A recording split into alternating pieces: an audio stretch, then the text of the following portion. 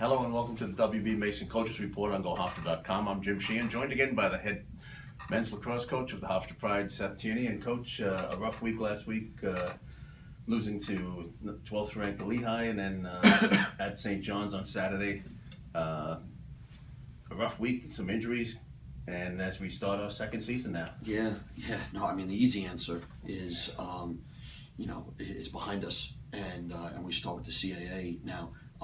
The reality is we had a rough week, and we didn't play well. We got to the point where it was 8-8 or somewhere around that in the end of the third quarter of the Lehigh game, and just never willed it over the top to finish it off, and they got the best of us.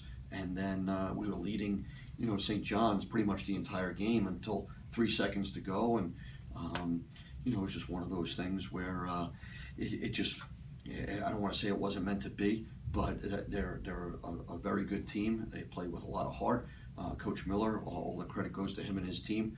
I don't think we put our best foot forward in regards to the St. John's game, and we have to spend this week focusing on us, focusing on the conference, and focusing on the ins and outs of Towson, and getting back to where we were. Some individual outstanding performances, obviously against Lehigh. Brian Tierney, 7 assists on the first 7 Hofstra goals. On Saturday, Dylan McIntosh, 6 straight Hofstra goals on 6 shots. You have to be pretty happy with the young guys on the team right now. Yeah, that's a sophomore and a freshman, and everybody is when there's a couple guys down from injury, everybody kind of just buckles their belt a little bit tighter. And sometimes that could be good, and sometimes that could be bad. And it just wasn't, with a great performance or a really good performance by Ryan and some others, it wasn't enough to get the Lehigh win. With a wonderful performance for Dylan McIntosh as a freshman, it wasn't enough, to do that. We can't have everyone else just score 2 goals and lose 9-8. So. Again, when you lose, you overanalyze everything. When you win, you underanalyze everything, and we have to find that happy medium, and we got to get these guys back, and that's our job as coaches. And obviously, St. John's made some adjustments at halftime, and when they discovered 47 was scoring all the goals, and that changed it a lot for Dylan. No question. Also, Ryan going down in the second half didn't help. Yeah. As we head into the second season, the CAA season, obviously we have some injuries that we have to deal with. Do you give them a day off? Do you give them 2 days off? Well, right now, back in health? right now, health is number one on the list, right? You want to have your best ingredients when you go into this conference thing. So we're going to have to give some guys that are banged up with injuries. We're going to have to give them some time to heal. And then, that will mean more time for others in practice, but that's the first thing. And then we just got to get our heads right. We got to get our heads right. We're a very good lacrosse team. We've had a tough time trying to develop chemistry through injuries, and we've had some things happen that we have to, that hopefully will make us stronger as we go forward here.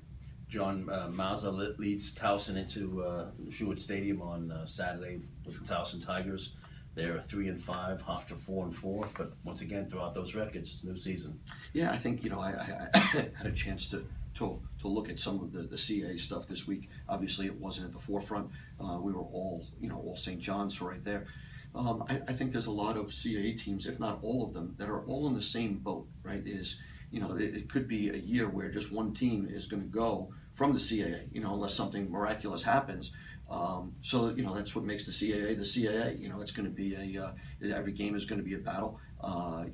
Coach Nadalin is a guy that I respect an awful lot. John Mazza, they got players. They graduated an awful lot last year, but they've certainly recouped. They just put Denver into overtime this past weekend, and they lost 24 out of 27 faceoffs, and they still had a chance to win the game in regulation. So. We know what's ahead. We know with the CAA, every game is going to take on a new life, and we're looking forward to it. Looking down the road here, obviously one game at a time, but Delaware early contender, Hofstra, early contender, Towson, UMass. defending champ, Fairfield. UMass. Yeah. It's wide open, would you think? It's wide open. It's wide open. You know, normally last year, I think probably Towson had a little bit of an edge, you know, with that senior class that they had and some of the success that they had. And, you know, I think that was that they would. The CEA championship was going to go through Towson last year. If you were going to win, you had to beat them at home, and that's what happened.